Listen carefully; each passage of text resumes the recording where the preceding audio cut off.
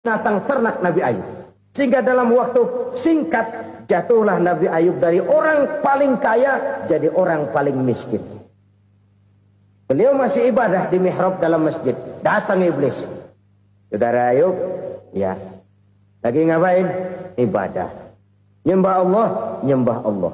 Oh, percuma. Kenapa? Tuhan yang ente sembah nih, dia udah bikin miskin ente. Sawah ladang ente hancur lebur, binatang ternak binasa. Sekarang ente jadi orang paling miskin. Ngapain nyembah Tuhan kayak begitu? Tekor. Udah berhenti dah ibadah, berhenti ibadah. Ini iblis sama Tuhan laporannya lain, yang dikerjakan kepada Nabi Ayub juga lain. Benar begitu iblis kata Nabi Ayub? Iya, sawah ladang saya habis, buras. Binatang ternak saya binasa, binasa. Saya miskin, bangpak. Apa jawab Nabi Ayub? Bukan innalillahi, ya ini hebat. Alhamdulillahillazi a'tani wa akhza minni. Segala puji bagi Allah yang telah memberikan harta kepada saya dan sekarang mengambilnya lagi. Alhamdulillah. Allah yang ngasih, Allah yang ambil. Itu mah urusan Allah. Iblis cuman ibadah jalan terus, sujud lagi Nabi Ayub. Iblis seleher gondok banget. Dasar Nabi nggak mempan dia apa-apain. Miskin malah alhamdulillah. Allah yang ngasih, Allah yang ngambil. Jadi kalau kita tidak komit, kita tidak terikat kepada kaya, miskin, senang, susah, apa yang bisa bikin kita susah? Jadikan kekayaan, kemiskinan, jadikan senang, susah sebagai anak buah yang bisa kita atur. Jangan kekayaan ngatur kita, jangan kemiskinan ngatur kita. Kita yang harus mengatur mereka. Senang, susah, kaya, miskin, bahagia, sengsara, jadikan itu anak buah yang bisa kita atur. Kalau sekarang kita kaya, lain saat boleh jadi kita miskin, semiskin-miskinnya. Allah yang ngasih, Allah yang ngambil. Tenaga mana yang bisa menghalangi? Ibadah jalan terus. Iblis makin gondok. Dasar Nabi loh. Akhirnya apa? Nabi Ayub dikerjain, diberikan penyakit. Demikian fatal penyakitnya. Bayangin, udah miskin, sakit. Masya Allah. Miskin, sakit. Sakitnya nggak lama, kira-kira 16 tahun. Istrinya 3, 2 mental minta ceraiin. Ngerawatin laki bengek begini. Senang belum tentu, susah udah pasti nih. Cerai aja, cerai dah. Cerai. Tinggal satu Siti Rahmah yang setia menemani beliau. Sesetia-setianya hati perempuan. Satu saat Siti Rahmah bilang, "Bang, iya, abang kan Nabi bang. Lalu namanya Nabi kan doanya jarang meleset bang. Maksud kamu minta kenapa sih sama Tuhan biar abang sembuh baik dah bang?" Siti Rahmah, iya.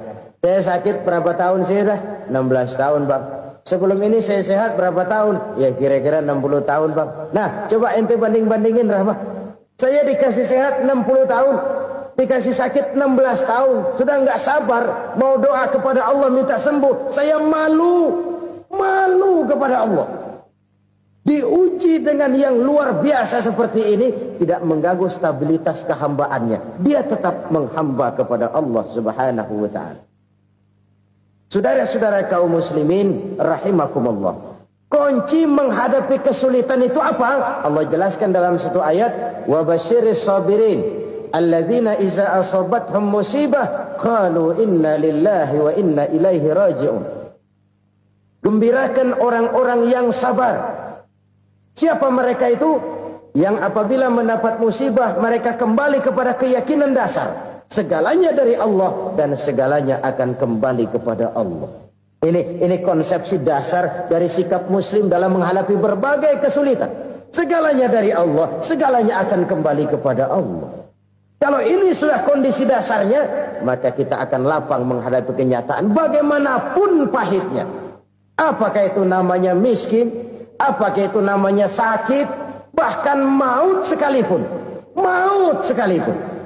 Segalanya dari Allah, segalanya akan kembali kepada Allah. Ini sikap hidup, bukan sekedar ucapan.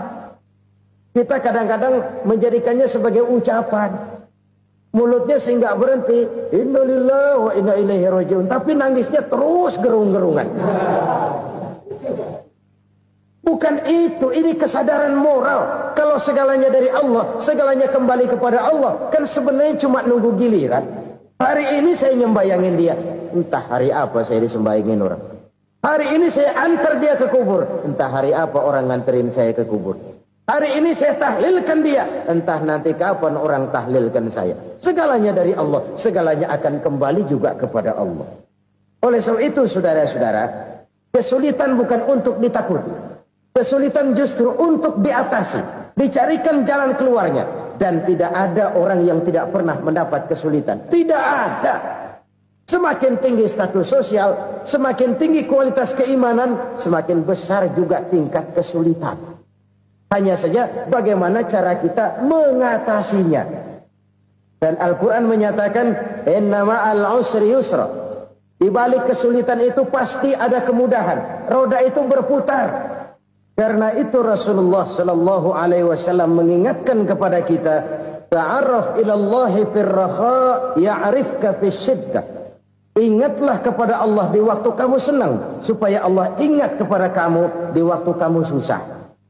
Kalau waktu senang kita ingat kepada Allah, kita susah, Allah tidak akan meninggalkan kita. Tapi kalau waktu senang kita jauh dari Allah, sujud tidak sempat, dengan masjid jauh, ketika senang kita lupakan Allah. Nanti begitu kita susah, Allah lupakan kita. Dan itu menyakitkan. Oleh karena itu orang-orang tua kita dulu bilang, kalau lagi sehat ingat-ingat lu bakal sakit nanti. Kalau lagi kaya ingat-ingat satu saat kita bakal jatuh miskin. Bahkan kalau lagi muda ingat-ingat kita bakal tua. Dan yang terpenting, kalau lagi hidup ingat-ingat kita bakal mati.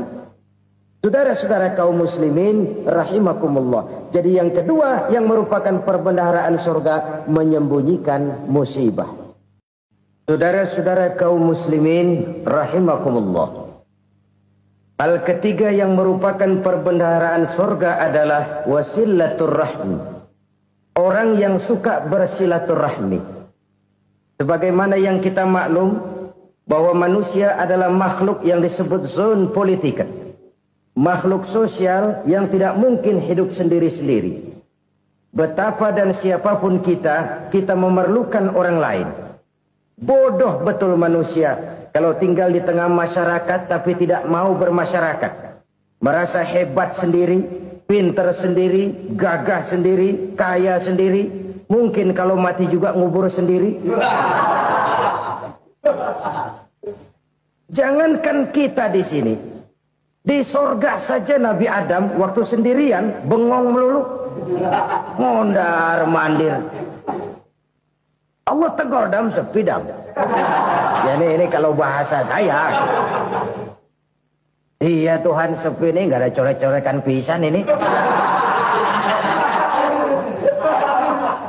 Diciptakan Siti Hawa baru anteng Nabi Adam. Itu di sorga. Cobalah. Umpamanya saudara tinggal di Jakarta nih. Kayak bener. Apaan aja di Jakarta punya saudara dah. Jembatan Semanggi ambil. Monas Buntel bawa pulang. Hotel-hotel ambil semua. Cuman tinggal di Jakarta sendirian. Apa enaknya? Betapa dan siapapun kita perlu orang lain.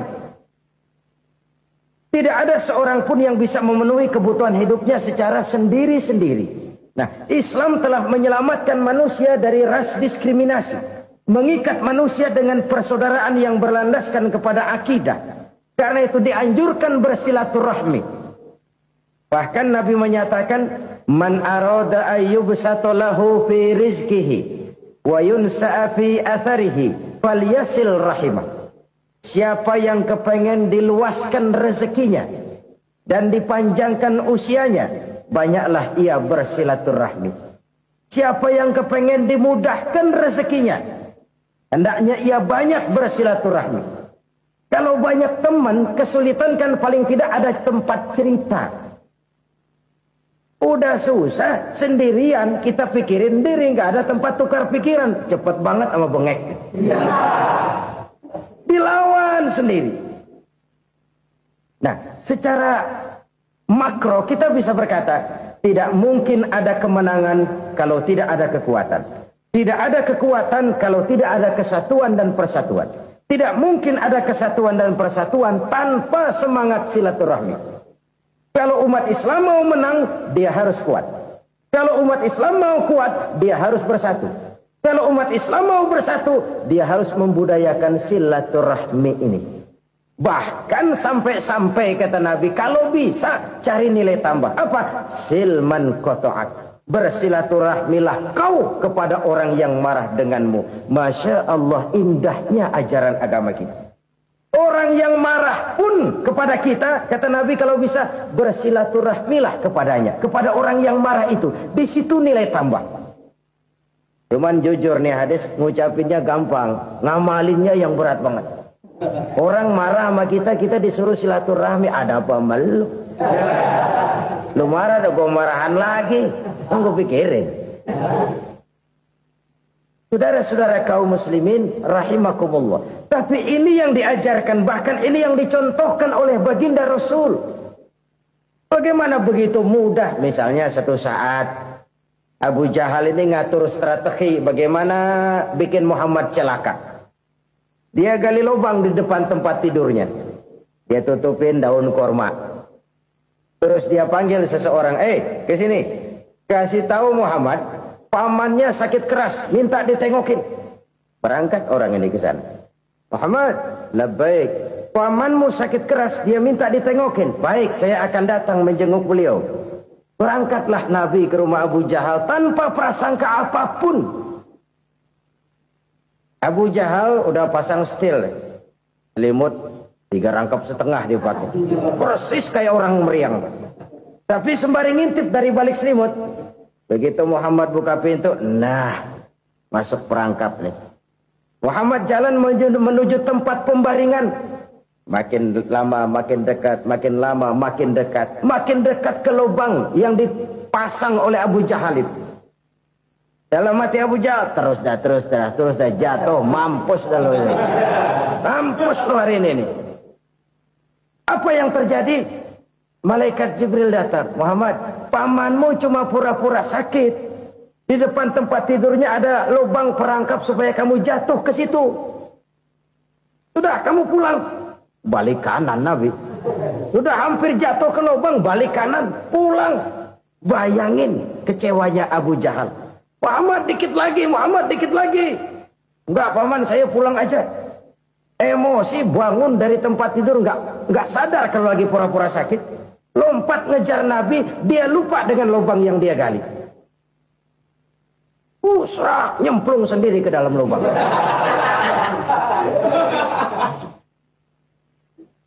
Nabi terus berlalu. Ini terjadi keanehan. Jatuh ke lubang yang dia gali itu sebenarnya nggak terlalu dalam ya, antara 3-4 meteran lah. Tolong, saya jatuh ke lubang ini. Datanglah pelayan-pelayannya itu. Angkat saya dari sini. Oh, yang ngulurin tambang. Satu gulung, belum juga nyampe itu tambah. Kurang, beli lagi ke warung. Sambung, ulur lagi, nggak juga bisa sampai. Wah, ini kerjaan Muhammad ini. Tolong, siapa salah seorang kamu ke rumah Muhammad, kasih tahu encangnya kecebur. Minta ditolongin. Sampaikan kepada Rasul. Kenapa? Pamanmu jatuh ke lubang, Muhammad minta tolong diangkatin. Tambang udah nyambung-nyambung nggak nyampe juga. Ya, nanti saya datang, saya tolong. Coba. Nyata-nyata orang berniat jahat mau mencelakakan dia. Datang dia menolong. Ini yang disebut air tuba dibalas air susu ya ini. Bukan sebaliknya. Air tuba dibalas air susu. Paman, kecebur ya? Iya Muhammad, tolong ini. Pegang tangan saya. Nabi ulurkan tangannya, nyampe. Dipegang oleh Abu Jahal, diangkat ke atas. Sampai atas, apa kata Abu Jahal? Sihirmu memang hebat Muhammad. Udah ditolongin dikata sihir. Yang enak kita kemplang kan itu orang begitu. Urusan apa? Tapi inilah akhlak. Kalau bisa kamu bersilaturahmilah dengan orang yang marah kepadamu sekalipun. Orang marah kita tetap baik. So, kalau kita berbuat baik sama orang yang memang baik, rasanya sih biasa-biasa aja. Orang baik kita baik lagi, ya draw aja, belum ada nilai tambah di situ. Baru ada nilai tambah kalau kita bisa berbuat baik kepada orang yang nyakitin kita. Itu namanya kita setingkat di atas dia. Dia sakitin kita, kita berbuat baik sama dia. Dia pelit sama kita, kita baik sama dia. Dia marahin kita, kita deketin dia. Di situ kita punya nilai tambah. Jadi siapa yang ingin diluaskan rezekinya, kata Nabi, dan dipanjangkan umurnya, hendaklah ia banyak-banyak bersilaturahmi. Sederhana sebenarnya silaturahmi. Tapi silaturahmi membangkitkan semangat kesatuan dan persatuan. Kesatuan dan persatuan melahirkan kekuatan. Dalam matematika, 1 ditambah 1 pasti 2. Tapi di tengah masyarakat, 1 orang takut ditambah 1 orang takut, hasilnya jadi 2 orang setengah berani. Kenapa setengah berani? Karena udah berdua. Tadi pan takut sendirian. Kalau dia kumpul turu-turu takutlah jadi berani. Kita yang lemah, kita yang tidak berdaya, kita yang miskin, kalau mau kompak bersatu, apa yang nggak bisa kita kerjain? Apalagi tinggal di kota besar, pilihan cuma 2, bertahan atau minggir. Bertahan atau minggir. Untuk bisa bertahan harus mampu bersaing. Untuk mampu bersaing harus punya keahlian. Keahlian harus ditunjang dengan pendidikan. Ditambah oleh kekompakan sebagai umat. Udah miskin mencar mulu, orang injek kita. Orang nggak pandang urusan apa malu. Oleh karena itu silaturahmi pada hakikatnya merupakan roh dari ukhuwah yang diajarkan oleh agama kita. Bagaimana Islam menyelamatkan masyarakat manusia dari ras diskriminasi, mengikat manusia, dan tidak ada persaudaraan yang lebih indah selain persaudaraan yang diikat dengan nilai-nilai akidah. Sepanjang orang di jalan Allah, itulah saudara kita. Keluar dia dari jalan Allah, selesailah persaudaraan sampai di situ. Karena itu, kalau ingin menyimpan sesuatu di surga, banyaklah bersilaturahmi. Datang ke rumah ini, datang ke rumah itu, dan lain sebagainya. Itu simpanan kita di akhirat nanti. Ini yang ketiga. Saudara-saudara, yang keempat, perbendaharaan surga itu apa?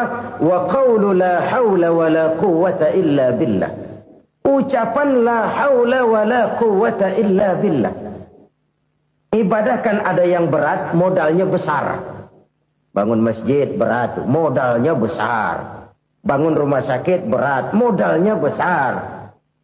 Ada ibadah yang berat tapi modalnya ringan. Misalnya puasa. Puasa itu berat, mengendalikan nafsu. Kalau sekedar nggak makan nggak minum sih enteng, mengendalikan nafsu itu jihad terbesar. Tapi kan modalnya ringan, cuma niat saja. Ini ibadah berat, modalnya ringan. Ada ibadah yang ringan, modalnya juga enteng. Seperti termasuk ucapan la haula wa la quwwata illa billah.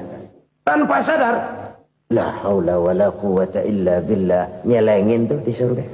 Nyelengin, kita nggak terasa, nyelengin simpenan akhirat. La haula wa la quwwata illa billah, nyimpan lagi. Kaget, la haula wa la quwwata illa billah, nyimpan lagi. Banyak simpenan. Walaupun sebenarnya yang dimaksud di sini adalah kesadaran batin bahwa tidak ada daya dan kekuatan kecuali Allah. Itu intinya. Kita memulai pekerjaan disunahkan baca bismillah, kan begitu? Apa itu? Kesadaran moral.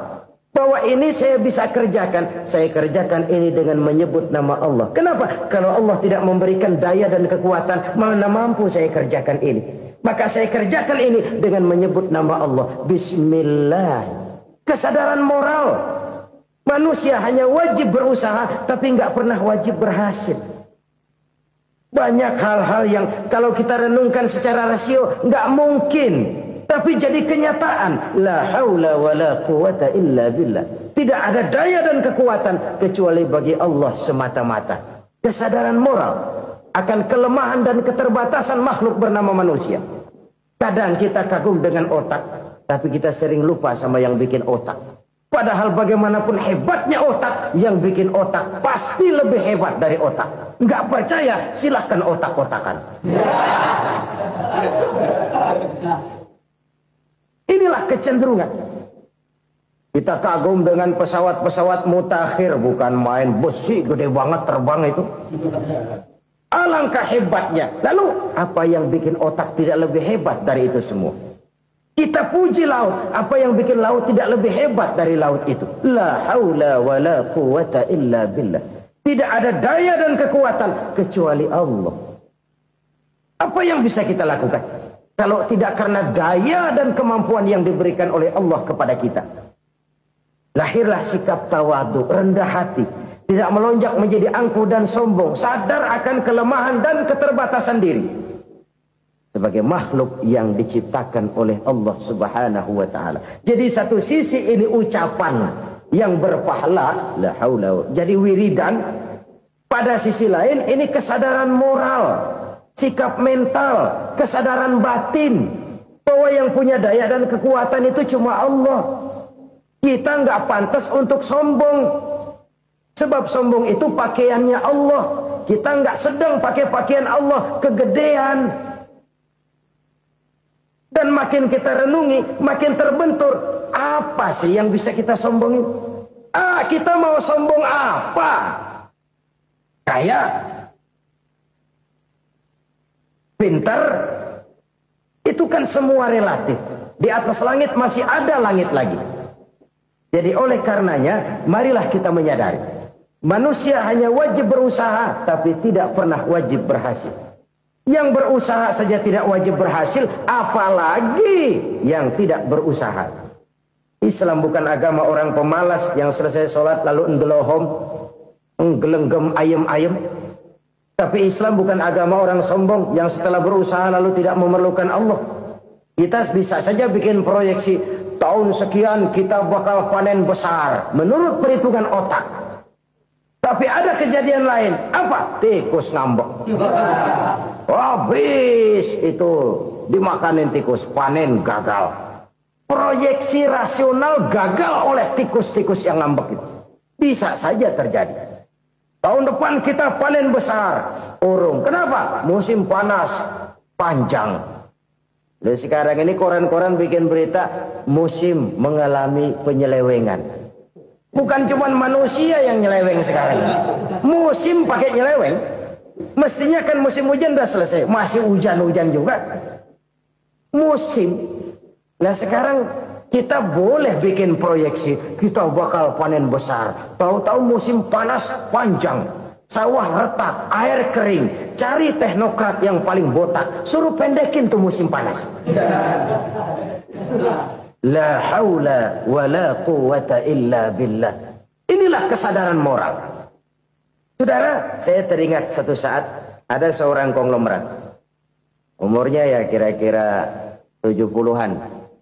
Satu saat dia ditanya oleh wartawan, "Pak, umur Bapak berapa sih?" "Ya paling 10 tahun." 10 tahun? 10 tahun? Anak Bapak berapa orang? Aduh. Satu saja? Satu. Harta Bapak berapa? Ya paling-paling bangsa 7 juta kali. 7 juta? Iya. Pak, kenapa Bapak bohongi saya? Bapak punya buku biografi. Koran-koran, majalah-majalah banyak memuat cerita riwayat hidup Bapak. Saya tahu umur Bapak 70. Kenapa bilang cuma 7 tahun? Saya tahu anak Bapak 8. Kenapa cuma bilang 1? Saya tahu harta Bapak miliaran, mungkin triliunan. Pabrik di mana-mana, bank di mana-mana. Kenapa bilang uang Bapak cuma 7 juta? Nah, kata si konglomerat tadi, kamu benar, nak, kamu benar. Umur saya kalau jumlahnya memang 70, nak. Cuman ingat-ingat saya, baru 7 tahun terakhir ini saya sujud. Baru 7 tahun terakhir ini saya berusaha dekat dengan Allah. Saya laksanakan perintahnya, saya jauhi larangannya. 7 tahun inilah rasanya yang ada nilainya di hadapan Allah. Yang 63 tahun matong, kelabu, kelem umur gue. Habis untuk maksiat, untuk munkarat. Maka ketika ditanya tadi, umur saya 7 tahun itu. Oh begitu Pak. Oh iya. Lalu anak Pak. Anak Bapak kan 8. Kenapa bilang cuma 1? Nah, kalau jumlah hitungannya memang anak saya 8. Tapi dari 8 orang ini rasanya cuma 1 nih yang bakal jadi buah hati, belahan jantung, pelanjut cerita, penerus sejarah, bakal jadi anak soleh yang akan mendoakan saya. Cuma 1 rasanya anak saya ini yang bakal jadi buah hati saya, besar-besaran saya, yang akan mendoakan di kubur saya, yang akan mendoakan di akhirat saya. Yang 7 orang mana? Masya Allah, yang satu tenggeng, yang satu nyekek botol lolo, yang itu nggak karu-karuan. Makanya saya bilang 1 anak saya yang akan bisa mendoakan saya. Oh begitu Pak. Iya.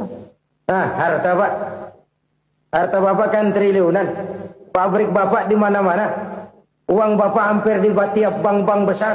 Kenapa bilang cuma 7 juta? Betul kau nak. Harta saya kalau jumlahnya memang miliaran, triliunan mungkin. Tapi yang saya ingat baru 7 juta tuh yang saya belanjakan di jalan Allah. Saya nyumbang masjid, saya santuni yatim piatu, saya bantu pembangunan pesantren, saya bantu pembangunan rumah sakit Islam. Itu yang akan saya bawa pulang ke akhirat, yang 7 juta itu. Yang triliunan itu nanti akan diperebutkan oleh anak-anak saya sebagai waris saya. Jadi harta saya 7 juta itu yang bakal nemenin saya di akhirat, yang akan saya bawa pulang jadi teman saya. Saudara-saudara kaum muslimin, jangan-jangan orang tua itu adalah kita-kita ini. Jangan-jangan kita-kita ini adalah orang tua itu.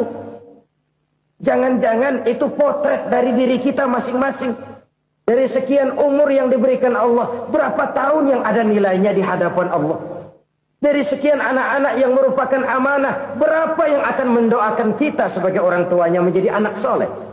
Dari sekian banyak harta yang diberikan Allah, berapa yang akan kita bawa pulang menghadapnya nanti, yang kita belanjakan di jalan Allah. Ini sebuah potret kehidupan. Karena itu kita kembali kepada la haula wa la quwata illa billah. Kita wajib berusaha, kita wajib berikhtiar. Selebihnya segala daya dan kekuatan hanya milik Allah saja semata-mata. Satu kesadaran batin dari setiap pribadi muslim.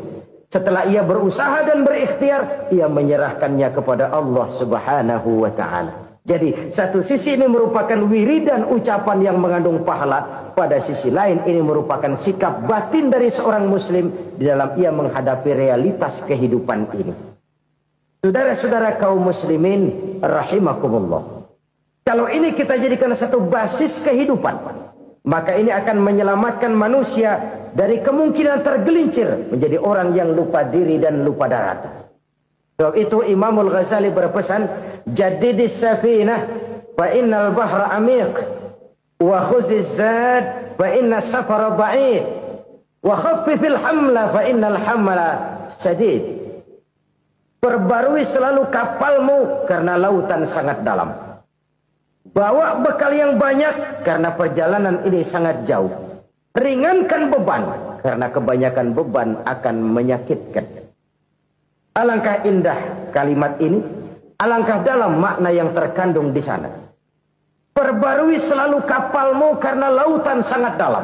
Apa artinya ini? Jaga mentalmu baik-baik. Pelihara imanmu baik-baik karena hidup penuh cobaan seperti lautan. Kita kalau berlayar di lautan kan kadang-kadang tenang, angin bertiup sepoi-sepoi basah. Jika malam datang bintang gemintang bertabur menghias cakrawala, rembulan memantulkan sinarnya dengan indah. Dalam keadaan begitu berlayar enak, tapi lain saat ombak menggunung, halilintar menyambar, angin topan bertiup. Berapa banyak sudah saudara-saudara kita yang tenggelam di lautan dunia tanpa sadar bahwa dia belum sampai kepada pantai yang akan dituju. Berapa banyak sudah saudara-saudara kita yang tenggelam di lautan dunia ini tanpa sempat bangkit lagi. Dia menyangka sudah sampai kepada tujuannya.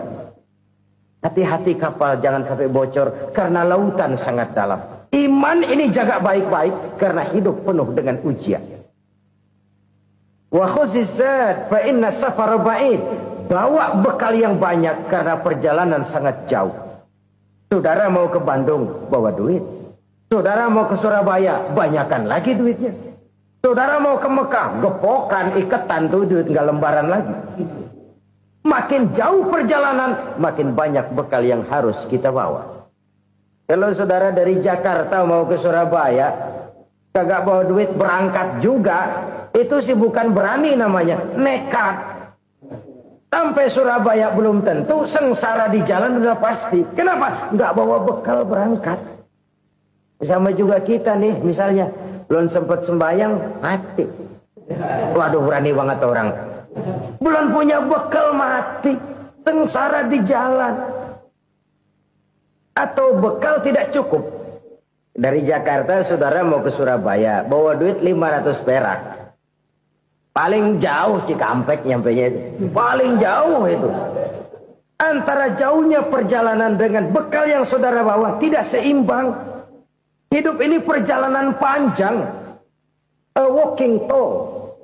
Dimulai dari alam arwah. Sebelum jasad diciptakan, roh diciptakan lebih dulu. Dari situ pindah ke alam rahim. Dari alam rahim pindah ke alam dunia. Dari alam dunia pindah ke alam barzah. Baru menuju akhirat. Satu perjalanan panjang. Kalau bekal tidak bawa, sengsara di jalan. Bawa bekal yang banyak karena perjalanan ini sangat jauh. Wa khaffifil hamla, ringankan beban karena beban itu cuma akan menyulitkan. Kalau bekal itu sih keperluan, tapi beban nggak kita perluin, cuma ngeberat-beratin. Apa ini beban? Dosa, kecurangan, kebatilan, kezoliman, ketidakadilan, kesewenang-wenangan. Itu akan jadi beban kita di akhirat. Alangkah celakanya, perjalanan panjang, bekal tidak bawa, beban kelewat banyak, alamat sengsara di jalan. Pahala tidak ada, dosa berlipat ganda. Na'udzubillah, summa na'udzubillah. Kalau kita rangkum nasihat Al-Ghazali dengan kisah si konglomerat tadi, kita akan mengambil kesimpulan. Pertama, bekal terbaik dalam menghadapi gejolak kehidupan ini tidak lain adalah iman. Yang kedua, pahala dan dosa. Dua hal kontroversial. Pahala adalah bekal, dosa adalah beban. Tapi kita sekarang kan tidak begitu terangsang kepada yang abstrak. Orang berlomba mencari yang konkret-konkret saja. Yang real.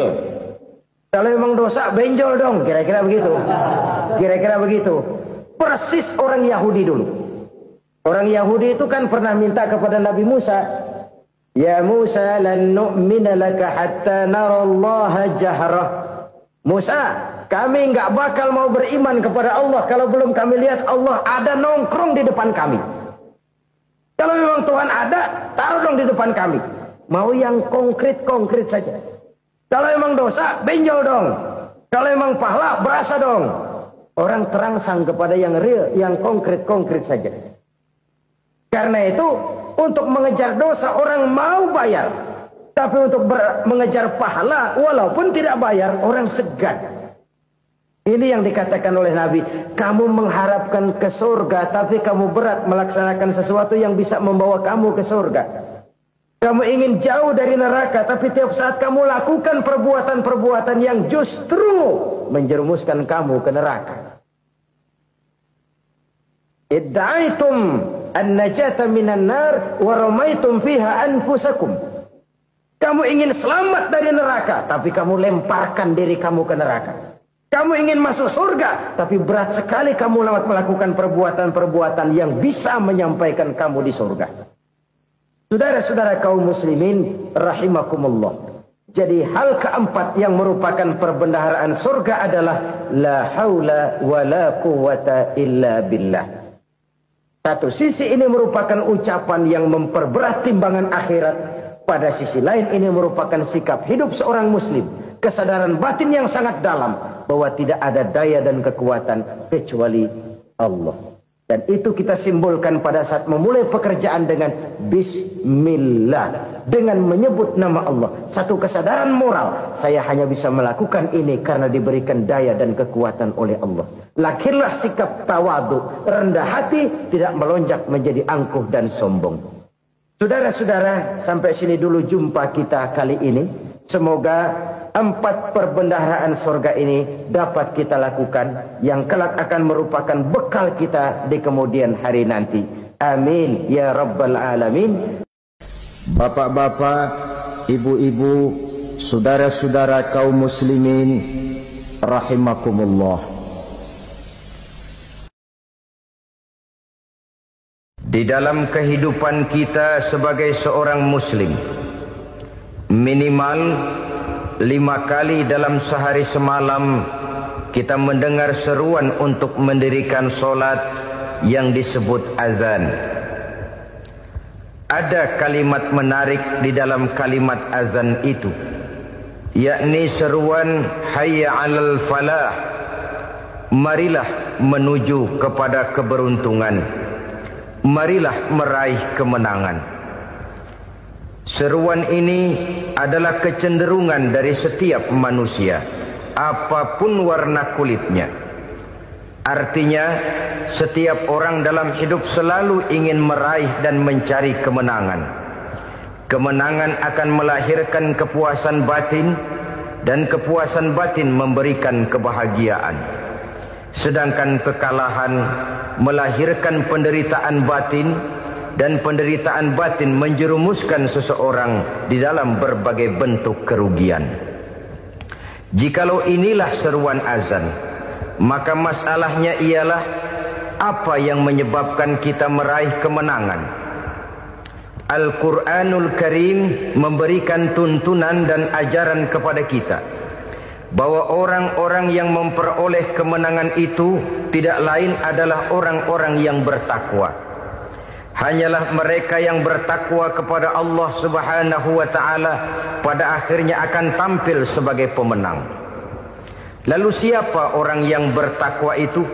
Dijelaskan dalam awal-awal Al-Baqarah, orang yang bertakwa yang akan meraih kemenangan.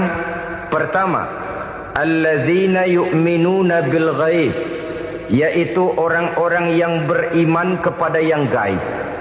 Percaya bahwa ada alam yang gaib, alam yang abstrak, alam yang tidak bisa dijangkau oleh salah satu daripada panca indera kita.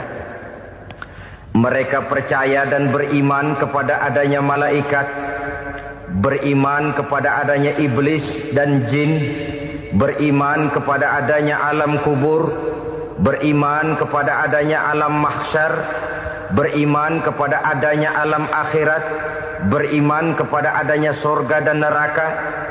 Beriman bukan cuma sekedar beriman dalam ucapan bibir saja, tetapi beriman yang nilai iman itu mampu mewarnai gerak dan gaya hidupnya. Iman yang meresap sampai ke tulang sumsum, kemudian memberikan dampak positif di dalam kehidupan manusia. Alam, kita tahu, adalah sesuatu yang selain Allah, dan Allah bukanlah alam. Apapun namanya selain daripada Allah, itu adalah alam. Alam pada hakikatnya terbagi menjadi 2. Ada alam syahadah, alam nyata, alam konkret, alam yang bisa dijangkau oleh salah satu indera kita. Kemudian ada alam ghaib, alam yang tidak bisa dijangkau oleh panca indera kita, alam metafisika, alam abstrak, alam yang wajib kita imani keberadaannya. Kita percaya bahwa malaikat itu ada, kita percaya kepada jin, bahwa jin itu ada, kita percaya kepada adanya iblis dan setan.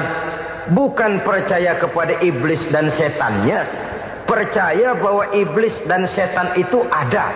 Itu termasuk salah satu daripada sifat orang yang bertakwa kepada Allah. Saudara-saudara kaum muslimin rahimakumullah, kecenderungan pembangunan yang lebih bersifat materialistis biasanya menggeser aspek kehidupan rohani. Orang berpikir empiri, dan dalam pola pikir yang demikian maka alam gaib tidak lagi mendapat perhatian. Aspek kehidupan yang bersifat rohaniah malah mulai ditinggalkan. Akibatnya terjadilah kepincangan di dalam kehidupan kita. Pernah ada satu pengalaman pribadi dalam perjalanan kembali ke tanah air. Dalam pesawat di sebelah kanan saya duduklah seorang Jerman namanya Heiner Simonsen. Iseng saya ajak kenalan, saya ajak ngobrol, saya tanya dia. Saya bilang, Mas Heiner ini, kalau pesawat yang kita tumpangi ini jatuh ke bawah, kira-kira apa yang bakal terjadi, Mas? Dia bilang, kita semua akan mati. Begitu? Iya. Oke. Apa itu mati? Tanya saya. Dia bilang, untuk tahu apa itu mati, kita harus tahu lebih dahulu apa itu hidup. Saya pikir nih bule bisa ngomong juga. Baiklah kata saya. Apa hidup menurut Anda itu? Oh, hidup itu dia bilang, kalau seluruh anggota badan kita bekerja secara normal, paru-paru memompa darah secara normal, jantung berdetak secara normal, sel-sel tubuh bekerja secara fit, dan organisme tubuh hanya mau bekerja secara normal, dia bilang, kalau kita memberi makan yang cukup, menu yang teratur, dan gizi yang lengkap. Saya bilang, kesimpulannya apa, Ner? Dia jawab, hidup adalah dari tangan ke mulut. Life is from the hand to the mouth, kata dia. Hidup adalah dari tangan ke mulut. Jadi masalah hidup tidak lebih daripada masalah isi perut. Orang pergi pagi, pulang sore, peras keringat, banting tulang, perut yang dibelain. Saya bilang, you are wrong. Sampean salah, Ner. Kamu orang Islam bukan? Bukan. Pantas. Kenapa saya salah? Dia bilang. Ya jelas salah. Salahnya di mana? Kamu ini manusia. Kalau hidup cuma dari tangan ke mulut, saya bilang, kambing di kampung saya juga begitu pikirannya, Ner. Itu kambing di kampung saya, asal perutnya kenyang, sudah hidup dia. Perkara besok bagaimana, lusa prospeknya macam mana, bulan depan ada apa, kambing nggak pernah mikir. Di kampung saya kambing juga pikirannya begitu. Kamu Kristen ya? Tadinya. Loh kok tadinya, lalu apa sekarang kamu ini? Dia bilang, sekarang saya netral. Saya tidak beragama, tapi saya percaya kepada Tuhan sebagai pencipta alam. Saya ingat benar dia bilang, I haven't any religious, but I believe to God as the creator of the world. Kenapa bisa netral begitu, Ner? Habis saya bingung katanya. Islam bilang Islam baik, Kristen bilang Kristen baik, Hindu Buddha bilang Hindu Buddha baik, semua agama baik. Saya netral sekalian, nggak beragama. Yang penting saya percaya kepada Tuhan. Saya bilang, Ner, kamu ini kayak orang mau beli celana, lalu bingung. Yang satu bilang Levi's bagus, yang satu bilang Blue Jean hebat, yang satu bilang Wool England hebat. Celana ini hebat, celana itu bagus, celana ini hebat. Semua celana bagus, kamu bingung. Akhirnya netral, tidak pakai celana. Itu juga salah. Saya pikir-pikir, kemudian saya melihat bahwa dua pola berpikir Heiner ini nampaknya sudah mulai menggejala di lingkungan masyarakat bangsa kita. Disadari atau tidak, secara jujur kita harus berkata, dua pola pemikiran Heiner ini mulai berkembang di tengah masyarakat bangsa kita.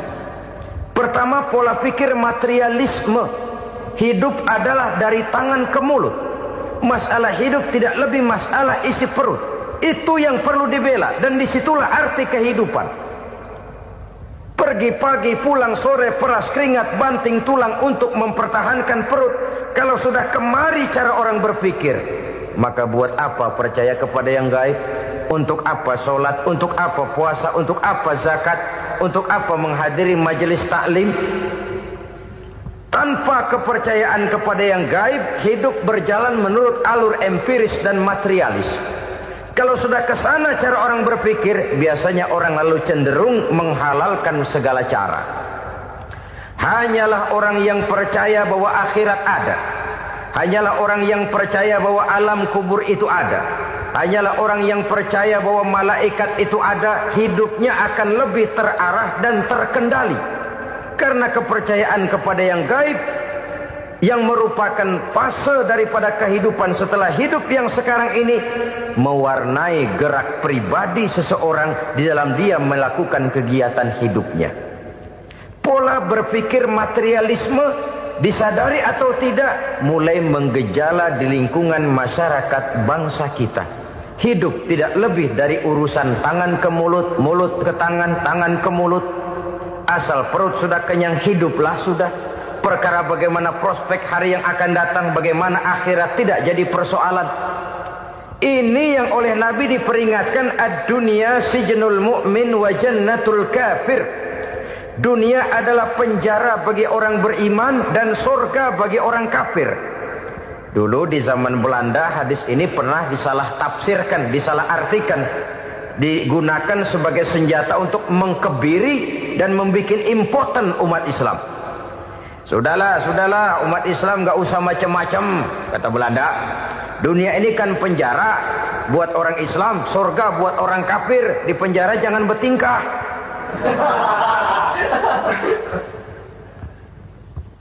Pengertiannya tidak begitu. Dunia adalah penjara bagi orang mukmin. Artinya dalam kehidupan dunia seorang mukmin tidak bebas memperturutkan hawa nafsunya. Di penjara hawa nafsunya itu. Sebaliknya surga bagi orang-orang kafir.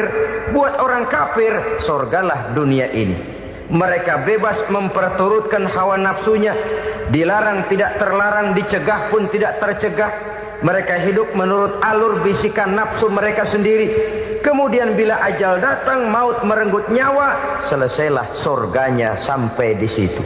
Maka bagi orang-orang yang tidak percaya kepada adanya akhirat, kepada adanya alam gaib, surganya sebatas umurnya. Sekali lagi, surganya sebatas umurnya. Bila umur selesai, ajal pun datang merenggut nyawa, selesailah sudah surganya sampai di situ. Alangkah pendeknya perjalanan orang-orang yang tidak percaya kepada alam gaib ini. Bagi kita mukmin, jikalau kita mampu memenjarakan hawa nafsu, kita bisa bahagia di dunia ini. Dan Islam memang tidak menyuruh kita sengsara di dunia. Raih dunia, kejar dunia, gapai dunia sebagai alat untuk mencapai kebahagiaan di akhirat nanti. Hidup adalah satu perjalanan panjang yang terbentang sejak kita terlahir dari alam rahim sampai kepada alam akhirat nanti. Andai kata kita gagal meraih kebahagiaan di dunia, toh kita masih punya akhirat. Tapi jangan jadi dalil yang melemahkan semangat.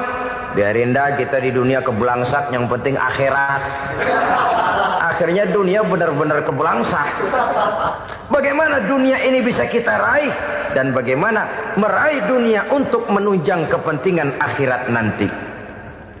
Yang kedua, dari pikiran Heiner yang saya lihat menggejala di lingkungan masyarakat bangsa kita, timbulnya manusia-manusia netral. Seolah-olah Tuhan yes, agama no. Sama Tuhan percaya, agama ogah. Tuhan ngangguk, giliran agama godeng. Padahal hampir dalam setiap ayat dalam Quran, kata-kata amanu biasanya bergandeng dengan wa amilus sholihat. Iman dan amal soleh. Ini sebagai isyarat Tuhan dan agama jangan pernah dipisah-pisah. Apabila kita bertuhan, maka kita harus beragama. Apabila kita beragama, maka agama itu harus bersumberkan dari Tuhan yang kita imani itu.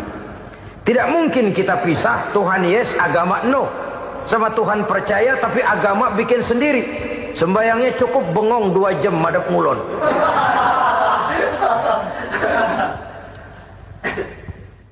Saudara-saudara kaum muslimin rahimakumullah. Jadi dengan demikian, agama yang kita akui merupakan unsur mutlak di dalam pembangunan sekarang ini, merupakan bagian dari kehidupan yang menuntun kita bahwa di balik alam nyata ini, di balik alam syahadah ini ada alam gaib. Dan mudabbir, murabbi, yang mengatur, yang menguasai, yang memelihara baik dia alam nyata, baik dia alam gaib, tidak lain adalah Allah Subhanahu wa ta'ala. Di sana ada satu super power, satu maha kekuatan yang kita perlu bersandar kepadanya.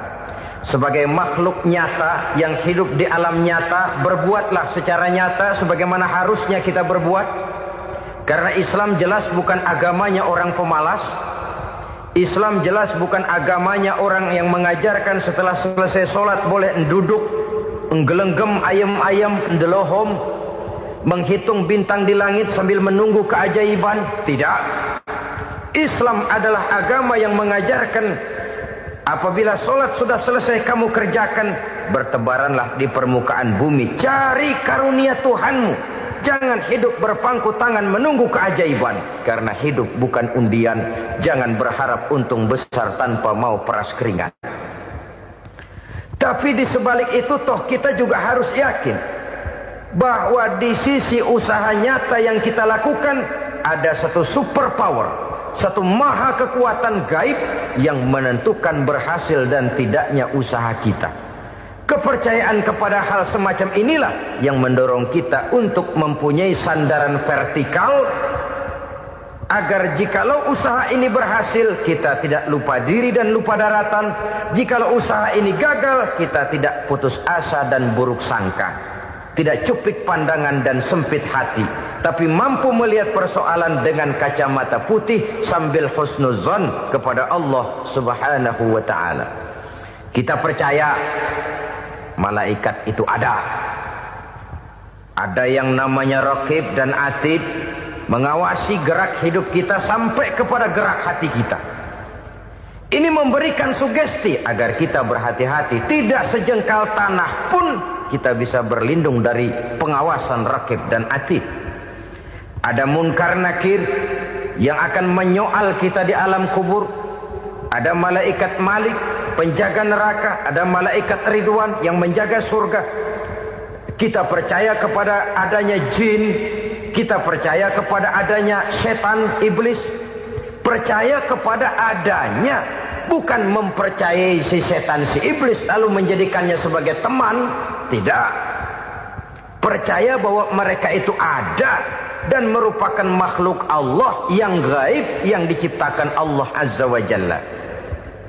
Kepercayaan kepada alam gaib memberikan motivasi terhadap gerak lahir manusia, sehingga dengan motivasi kepercayaan kepada yang gaib, gerak lahir jadi lebih terarah, jadi lebih terpelihara. Pernah seseorang bertanya, "Pak, apakah adanya akhirat bisa dibuktikan secara ilmiah?" Saya bilang tidak bisa, tidak bisa. Kenapa? Karena yang berangkat nggak pernah pulang kembali lagi. Kalau dia pulang kemari bisa kita tanya bagaimana enak di sono. Cuma secara moral saya katakan, lebih beruntung orang yang percaya kepada akhirat daripada yang tidak. Sekarang saudara percaya akhirat ada, lalu saudara baik-baik di dunia, sholat, puasa, zakat, menolong orang lain, menebarkan kebajikan. Saudara mati, andai kata akhirat tidak ada, toh dalam hidup saudara sudah berbuat baik. Paling tidak nama saudara akan dikenang sebagai orang baik.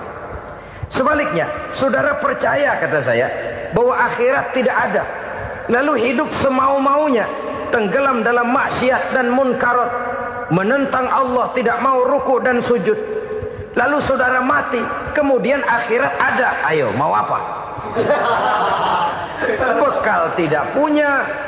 Jadi secara moral lebih beruntung orang yang percaya kepada adanya akhirat daripada yang tidak percaya.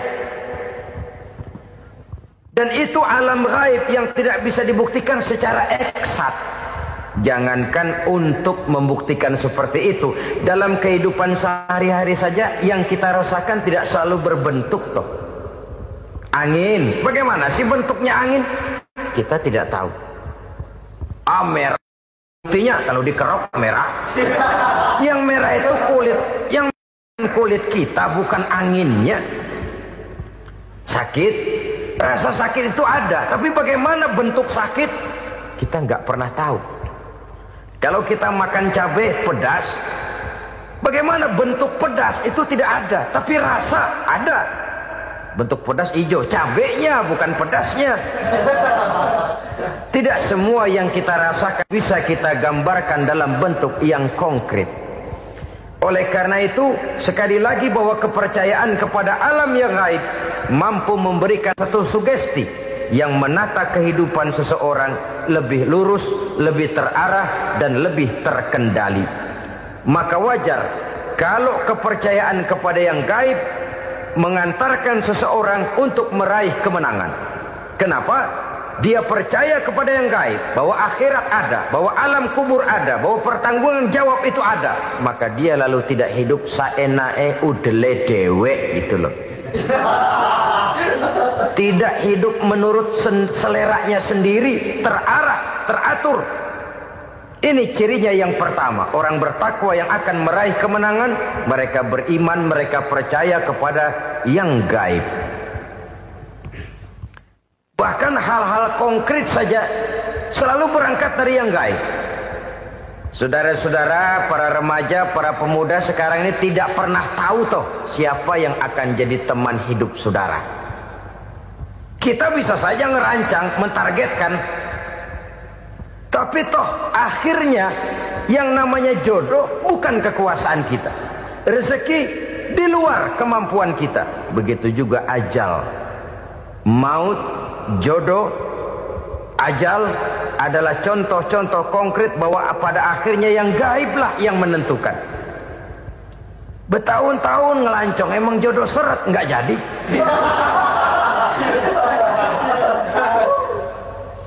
Begitu kenal baru setengah malam nginep ditangkap hansip.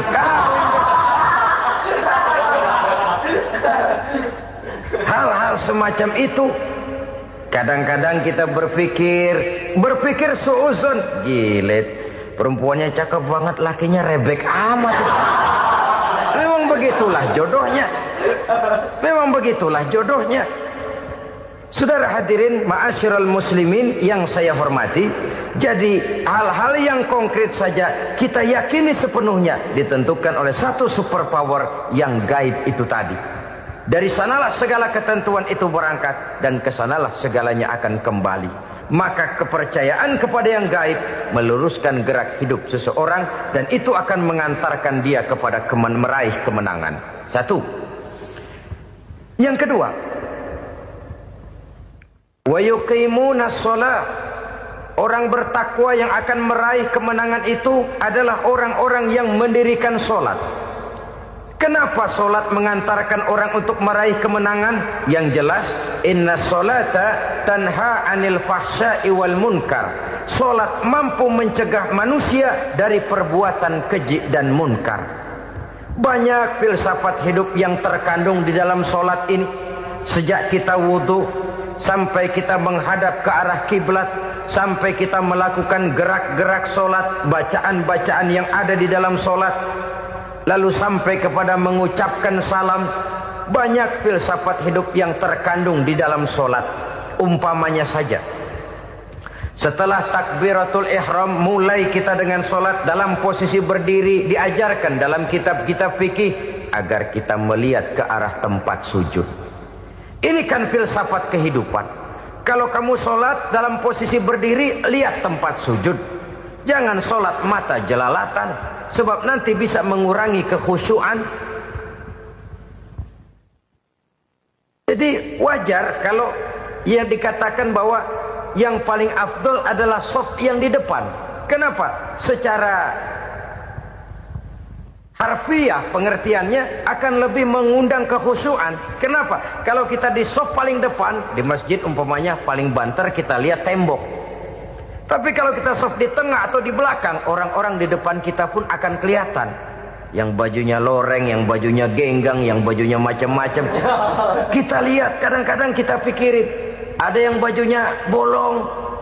Kita sholat tapi dalam hati, nih orang bajunya robek, yang nggak tahu apa. Ada saja hal-hal yang mengusik kekhusyuan kita. Oleh sebab itu diajarkan dalam posisi berdiri, lihat, arahkan pandangan matamu kepada tempat sujud. Ini kan filsafat kehidupan. Maksudnya apa? Kalau lagi diri, lihat dong tempat sujud. Kalau udah di atas, ingat dong sama yang bawah. Kalau sudah tinggi, ingat dong dari mana kamu berangkat. Kalau sudah berkuasa, bantu dong yang lemah. Kalau sudah kaya, santuni dong yang miskin. Kalau sudah alim, bimbing dong yang awam. Ini filsafat kehidupan. Dalam posisi berdiri, kau lihat tempat sujud. Ini akan melahirkan kepekaan sosial, di mana seseorang mau tahu kepada orang lainnya. Bagaimanapun kaya kita, tinggi pangkat dan jabatan kita, jikalau hidup hanya untuk kepentingan perut sendiri saja, rasanya belum membawa manfaat di dalam kehidupan kita. Tapi efek yang tertinggi sesungguhnya, solat mencegah manusia dari perbuatan keji dan munkar. Perbuatan keji dan munkar, walaupun kelihatannya mendatangkan uang, membawa keuntungan, tapi itu keuntungan semu, keuntungan sementara. Dengan menipu orang lain kita bisa dapat untung, tapi tidak membawa berkah. Dan itu adalah kerugian besar dalam kehidupan kita. Maka untuk meraih kemenangan, harus dimulai dengan membentuk kepribadian yang tegar, memiliki sandaran vertikal yang langsung kepada Allah Subhanahu wa ta'ala. Dan itu hanya bisa kita tempuh melalui jalur ibadah formal yang sudah ditentukan Allah, yakni solat yang 5 waktu. Untuk memperkuat itu, ada solat-solat sunnah, rawatib, nawafil, sebagai terminal-terminal kontrol cadangan untuk memelihara stabilitas temperatur batin di dalam kita berhubungan dengan zat yang maha gaib, yaitu Allah Subhanahu wa ta'ala. Orang sering bertanya, Pak, itu tetangga saya nggak sholat, duitnya nggak habis-habis, Pak. Nggak sholat tapi mobilnya tambah terus. Nggak sholat tapi usahanya makin maju. Tapi di sisi lain ada orang yang rajin